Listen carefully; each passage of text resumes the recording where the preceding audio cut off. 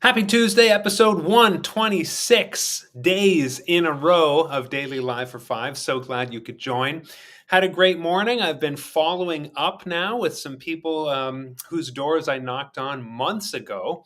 And whenever they said, yeah, check back in with me in a few months, today I started doing that. Extremely positive. Everybody who I followed up with said that they are voting green over the last few months. That's where they have decided after, doing their research, doing their homework, all except for one gentleman who said his top voting priority is pro-life.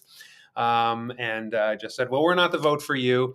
We are pro women's health. We want to see women's reproductive health protected. And that was that. Have a nice day, sir. Talk to you later. We're not the choice for you. But everyone else has decided to vote green, and I am so thrilled. So I'm continuing to knock doors this week. Visited Lyncourt Manor, talked to some residents there. It was great. Talked to the staff there. Thank you, Paige, for the guided tour of the facility. And just talked, of course, about the needs for senior care. And I do want to talk about that in a video this week. But man, we are running out of videos. What do we got? 6 days left of going live.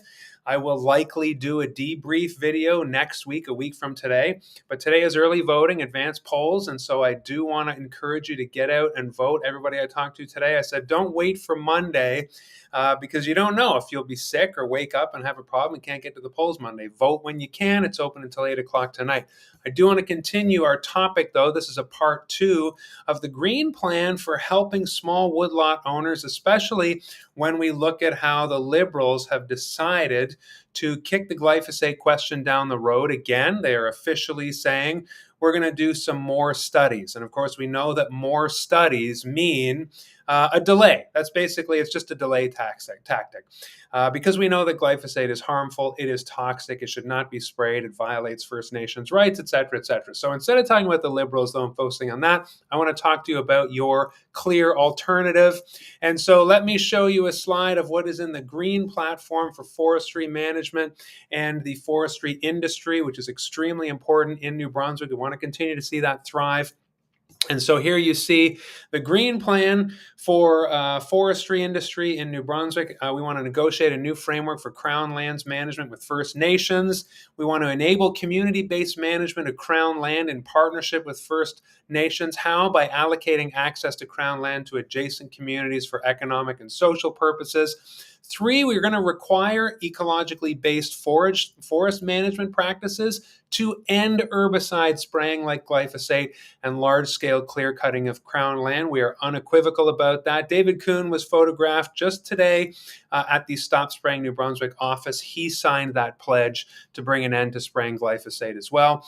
The other thing we want to do is restore private woodlots as the primary source of wood supplies to mills in New Brunswick. So that's where we're going to land today. And we want to implement a strategy to diversify the production of wood products from tree species expected to thrive in a rapidly warm climate. As we say, we don't want it to all be softwood. We need those hardwoods as well. How do you develop that? We believe that private woodlot owners are the way to make sure this is done. Finally, we want to develop an action plan with conservation groups, local governments, and First Nations to ensure that at least 30% of the province is permanently protected by 2030. Sustainable forestry and focusing on our small private woodlot owners has always been a priority of the Green government. I've been knocking on doors up in Lawrence Station, talking to woodlot owners who are talking about how difficult it is increasingly to make a living off of managing their forests. Some people have, we say small woodlot, but, let's say 500 hectares, and they manage that wood and they grow and they cut and they practice very sustainable silviculture, the kind that I believe needs to be extended across all of New Brunswick, just like Quebec, whether it's one of the big 4 forestry companies or a small private woodlot owner. But small private woodlot owners are extremely important to the management of New Brunswick land. And so today I just want to give you an idea of how committed we are to this. This is a green bill. If you think Greens are new to this, we are not. Remember, we've had 3 MLAs in the House for years and years now, since 2018.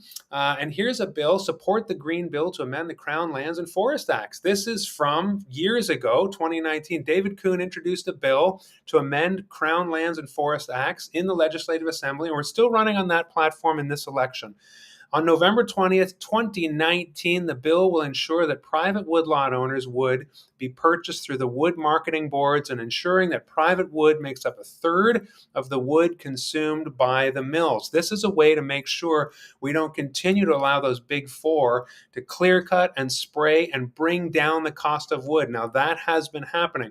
So, of course, we're always balanced between people like you and me who want to go to Kent and buy a piece of wood and not spend hundreds of dollars on it, but also wood being so cheap that is basically worthless. That is also a disaster. So when we're talking about resource management, that's what we are talking about. And especially, as I mentioned before, when we have got Maine on one side and Quebec on the other, who are realizing that they need to practice sustainable forestry, and they're outpacing us. So let me keep reading. This bill will also ban the aerial spraying of glyphosate, 2019, before it was cool, on crowned land forests, eliminating the risks it poses to ecosystems and species in our forests and waterways. We want to see private woodlot owners be able to make a living and be able to have a competitive edge against industry giants. We're supporting local producers. We support healthy forestry practices. Now, here's how important that is. That was a bill in 2019. This is from an article from Saltwire, I believe. The Green Sustainable Forestry Plan for Crown Lands includes shared decision-making. Sorry, this is from a recent article about our current platform, just to be clear on that. The Green Sustainable Forestry Plan for Crown Lands includes shared decision-making with First Nations and herbicide spraying, stop large-scale clear cutting to foster healthier and more diverse forests, restore private woodlots as the primary source of wood supply, and champion a community-based management approach. Communities like Tracadie have innovative ideas for the use of crown lands. This is a quote from David Coon, our leader, particularly the former firing range. That's a whole thing we can't go into right now. It's not our riding. But basically, the Crown took a former firing range, which is an area right adjacent to Tracadie, leased it out, and now it's being clear cut, which you can imagine that community said, do we get a say in this at all? The answer was no, according to this government. The plan engages First Nations, empowers local voices, prioritizes ecological sustainability and community benefits from forest management. So that is our position in 2019. It's in our platform now, and this is from an article based on David Coon's remarks about that last week. Now, here's from an article from Saltwire. Rick Doucette is the president of the New Brunswick Federation of Woodlot Owners. David Coon spoke there last week at the Federation as well. There was a convention of the woodlot owners, and here's just some really interesting stuff to catch up on the history of what is going on in terms of forestry with the big four, and that's the clear cutting and the glyphosate spraying from overhead planes versus woodlot owners who this is their family business. They want to tend to it basically like a garden and profit from it and see it sustainable and see it thrive. And so Rick Doucette says the private woodlot sector in New Brunswick is on the verge of economic collapse, a troubling situation that the province's new forest strategy fails to address. So here we have this government has a new forest strategy and it fails to address the private woodlot sector. The president says that if the progressive conservative government keeps favoring big wood cutting companies that use public land to make large profits, the province's 400 or so private woodlot owners will simply give up and sell off their land any way they can. And I would say there are some people who want to see that happen, and Greens are standing in the gap. So if you are a private woodlot owner in our riding in St. Croix, you know how it's been going, and you know the Greens are going to advocate for you in a way that no other party will. And finally, I found this a very helpful historical roundup from what Doucette says to just get you caught up. Doucette says in 82, the Tory government of the day introduced a new Crown Lands and Forests Act. You saw that the Greens want to bring that back and amend it so that it has teeth and protects woodlot owners. But in 82, it gave private woodlot owners a fair shake, he said. In his view, it forced big companies with Crown leases to negotiate with private woodlot owners through the marketing board system before being allowed to cut wood on public land, and that set the price. So we saw how a cord of wood, for example, was $100 a few years ago. Now it's $80. And when I knocked knocked on doors at woodlot owners in Lawrence Station. They said if wood continues to get cheaper, they won't be able to afford to put it on a truck.